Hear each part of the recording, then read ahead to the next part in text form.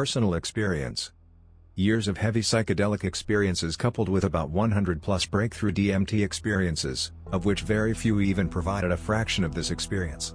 No stranger to many levels of hellish and divine, pleasurable and painful, confusing and clarifying, blissful and strange experiences. Experimented with traditional tryptamines, countless experiences with various compounds of shulgansfikal and tikal, a handful of intense combination experiences between ketamine and DMT, deep experiences with psychedelic levels of ketamine, the list could go on for pages. I am experienced in both recreational and ceremonial settings. I was quite certain I comprehended to some degree what I was getting myself into before the experience began, but was thoroughly unprepared from the relentless, endless, and mind-boggling array of experiences which stunningly fit eternity into a couple of hours. Setting: deep in the forest, near a clearing, next to a stream, underneath low-lying trees.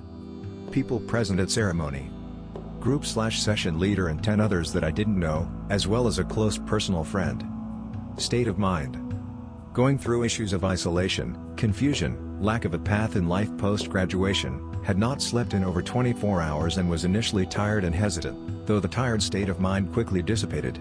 I was dealing with, at the time, chronic disease which caused minor, and sometimes not too minor, constant discomfort/pain. The experience. Ceremony opened up with a statement of intentions for the ceremony. I stated that I was looking for clarity and understanding of who I was and where I was going. We proceeded to ingest, I believe, enough harmala extract to achieve full MAOI inhibition. We waited about 30 minutes to ingest the second capsules containing the, organically, supposedly, extracted DMT compound from Mimosa hostilis. The dosage of both the MAOI and extracted DMT are unknown to me. At this point my friend and I took our blankets to a far back area in this wooded clearing under low-lying trees next to a small stream. We laid with the stream at our feet and our heads beneath the trees. My friend and I relaxed/meditated and quietly conversed in preparation for the experience. After some time, maybe 30 minutes, maybe an hour, I began to doubt that I had ingested enough MAOI or perhaps enough DMT as I felt, mostly, clear-headed. But as quickly as doubt began to set in I began to experience a strange sensation. First a warmth surrounded my body and a deep lethargy settled, as if gravity itself increased and embraced me. Translucent holograms of individuals' faces began to drift towards me. In quick succession individuals I had encountered throughout my life drifted transparent and beautiful in front of my face. Each hologram pressed through my head providing me with startling psychic sensations in which I experienced visions from the lives of the individuals. Each face pushed through me providing the sensation of me being pushed through a sort of gelatinous electric membrane. A particularly noteworthy startling psychic occurrence happened when I saw the face of an ex-lover whom I was experiencing lots of jealousy and lust towards. As her face pushed through mine I saw our past lovemaking sessions and then witnessed them morph into intense lovemaking sessions with other men, more competent and better endowed than I.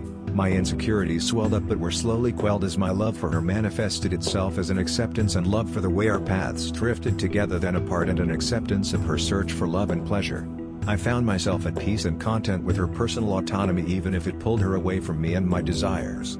This experience has had long-lasting impact on my perception of jealousy and possessiveness surrounding interactions with women, and relationships in general. After this I began to receive strange visions of elaborate carnival festival settings. But not just visions, I was there. Giant carnival tents, jeweled and towering, vibrating with sound and energy appeared before me and I entered into them. In these bizarre constructs a multitude of interdimensional beings, along with humans, and aliens and all sorts of other archetypal beings were celebrating something. Typical Greys, so-called aliens, though psychic messages conveyed that these were actually the time-traveling hyper-evolved future of humankind, floated inches above the ground, though they only had rounded nubs for hands/feet and scrolling glowing alien text on their bodies. I encountered more entities which were time travelers, future versions of humanity, now totally alien in appearance. Energetic beings glowed, their neural structures externally apparent and vibrantly pulsating with light. Networks of lighted energy swung between and through all the entities. Elves, demons, goblins, fairies joined in the celebration. All of the content and meaning I perceived, all of these entities and their identities were psychically interpreted or intuited by me in this state of mind. As the festivities became clearer and more ecstatic I received the psychic intuition that this was the party celebrating the end of all time. These beings were singing, I was singing, we were all singing. Our voices were floating from our mouths and in doing so becoming strange pulsating physical objects rotating in front of us. Each object was a piece of visual art, as well as a musical instrument, and beings could sing together to play and paint these objects with one another. The experience was absolutely orgasmic as we constructed elaborate mandalas of sound, orgasming together with the joy of creation. It was sublimely orgiastic on a cosmic scale. At some point I found myself face to face with my friend who I was laying next to, and the festivities quieted down and I found myself floating in an absolute void with him. We placed our heads together and our minds began to meld in a truly fantastic manner. Our minds merged into a singular form. He reported a similar experience to me after the fact. We were suspended in the void, we were two but we were one. Our bodies morphed into an abstract form much like the yin/yang form, singular/dual and all-encompassing. Our minds, one mind, all minds, all of existence focused in on us, on me, on this single moment, that lasts forever, that is all that there ever was, is all there ever will be. At this point I was hit with this realization, which I struggle to comprehend or place into words or fit into my perception of reality, that existence had reached the point where we had to accept the mortality of the universe, not just the individual, and as conscious entities had decided to collapse existence into some sort of singularity and immortal bliss to escape the entropy and pain innate in existence. I really struggle to express what exactly was going through my head at this point. At this point I realized that this obliteration was necessary and began to push this metaphoric big red button to end time and the universe as we know it to move on to another realm of existence. I asked him, and he echoed back to me, "This is a rough recollection as it's hard to recall exactly what was said. Here we are. Here we are. Right now? Right now," he responded. "This is it, we have to do it." He looked at me with fear and trepidation. "Are you ready?" I asked. He looked even more fearful. "We have to let go, it's going to be beautiful. We have to collapse, to be born again. We have to die. We are all going to die." "I'm not ready," he said, with fear and near anger in his voice. But there was no turning back. I felt a terrible momentum pulling me towards the button. My head was an antennae for cosmic communication. I leapt to my feet and screamed, "Here we are right fucking now. This is all there ever was and ever will be, and it ends right now." The words spilled from my mouth, and I wasn't saying them. Something else, something far beyond me was speaking through me. I felt possessed. I felt like a crazed mad prophet. There was a momentum to my words. They spilled from my mouth with confidence I had never exhibited and poetics I could never imagine repeating. I was being pulled through this experience. It was extremely pleasurable, but I knew, somewhere deep inside, that this orgasmic build-up was leading to something entirely different. Words that slipped my mind spilled from me, expressing the beauty, awe and wonder of the world. As I screamed, people in the group puked and shat noisily around me, moaned, and reacted to my words. Later individuals felt as if my message, the words I began to scream, were psychic intuitions of messages they needed to hear, and were intricately linked into their trip. I felt like I was a puppet for cosmic consciousness. Perhaps my ego was somewhat bloated at this moment as well. "Here we are and here it ends." I screamed, and at the point I mashed this cosmic red button with my mind and orgasmed into oblivion. Suddenly everything shifted in a truly horrific direction which is far beyond words, though I will attempt to express some fraction of this non-linear eternal experience I was hit with next. I felt a distinct sensation of sucking, sinking, and swirling into the cosmic pit of the universe, being pulled towards a sort of black hole of absolute isolation. A shrill sound pierced the air. This void I was suspended in, painful. It resonated deep in my skull. It was ringing, shrieking, and screaming all at once.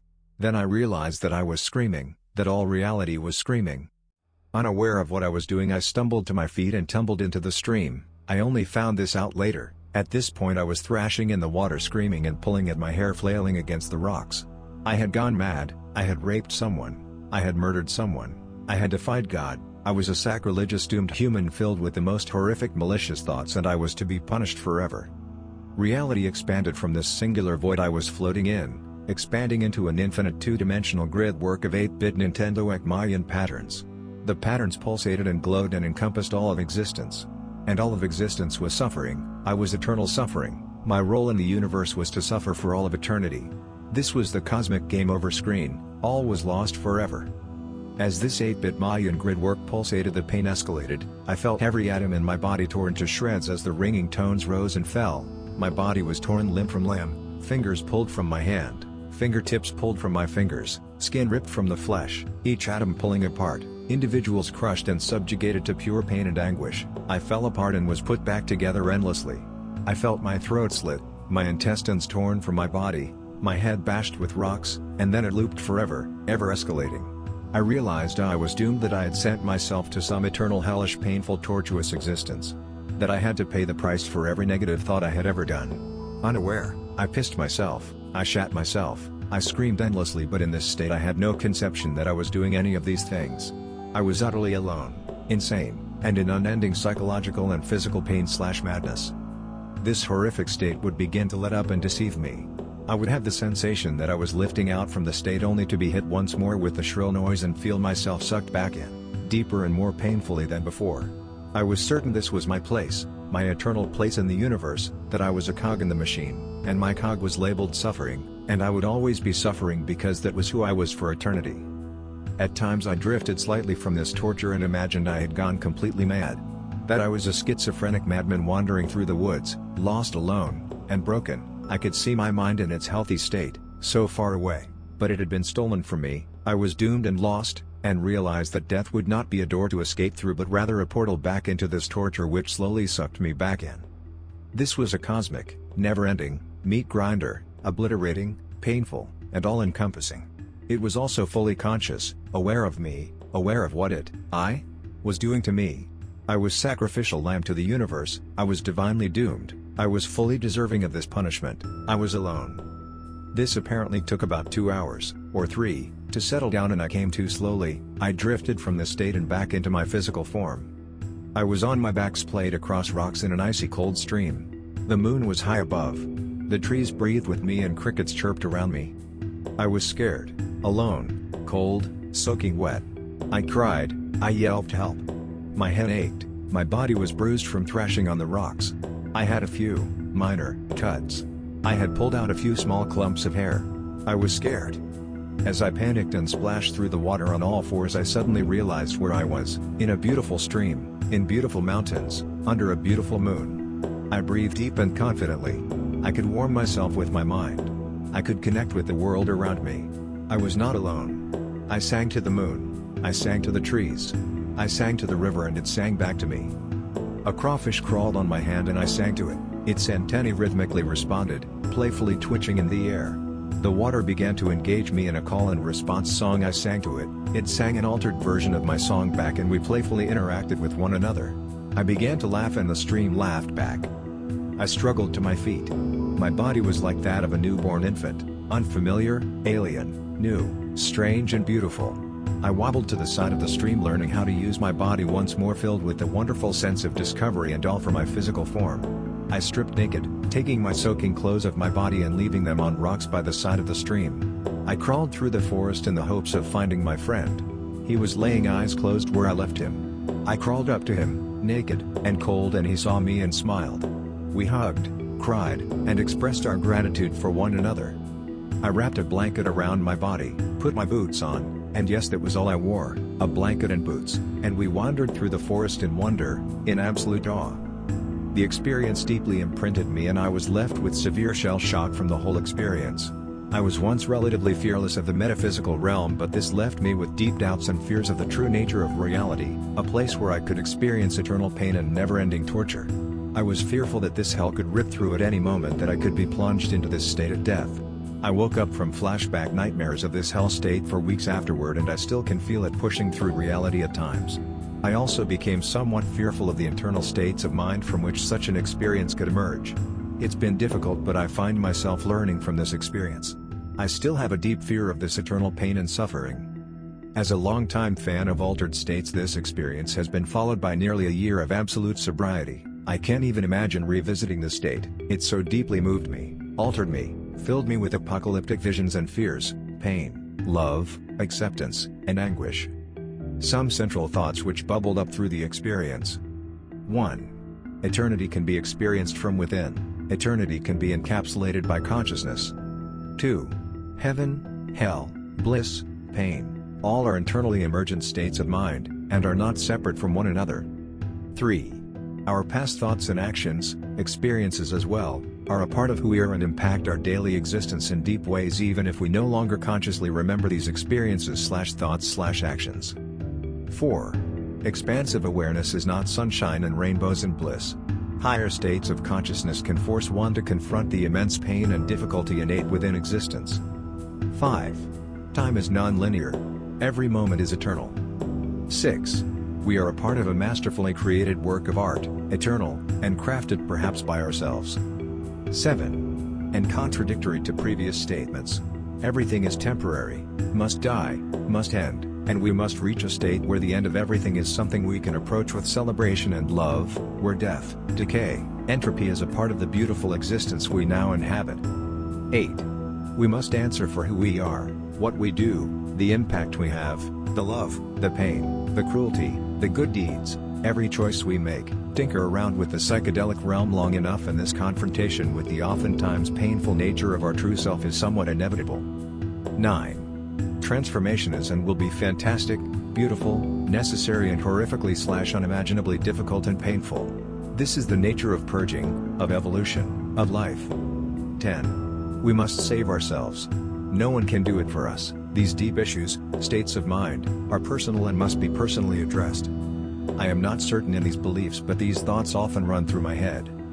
This description is only a fraction of my experience, poorly placed into words where words are surely insufficient.